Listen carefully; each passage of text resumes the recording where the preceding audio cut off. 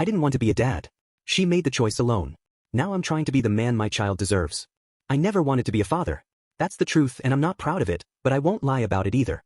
When Rachel told me she was pregnant, I felt something close to panic. Not joy, not surprise, just dread. We'd been married for 3 years and things were fine. Not perfect, but manageable. We both worked, we had our routines, we argued sometimes, but nothing explosive. I thought we were on the same page about kids. We talked about it once or twice, and I always said I wasn't ready. She'd nod, say, me neither, and we'd move on. I assumed that meant we were safe. I didn't know she'd stopped taking the pill. She told me on a Thursday night after dinner. I remember the way she looked, nervous, but also weirdly calm. Like she'd already made peace with it. I didn't even let her finish the sentence before I said, "You can't keep it." I didn't yell.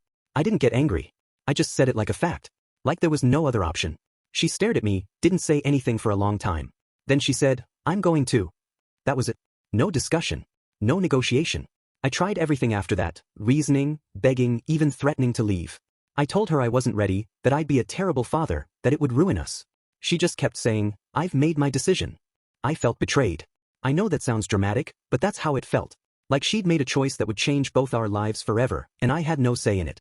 I started sleeping on the couch. I stopped talking to her unless I had to. I didn't go to any of the doctor's appointments. I didn't ask how she was feeling. I didn't want to know. I thought if I ignored it hard enough, maybe it would go away. It didn't. The day she went into labor, I wasn't even home. I was at a bar with my brother, pretending everything was normal. She called me 3 times before I picked up. I got there late. She was already in the delivery room.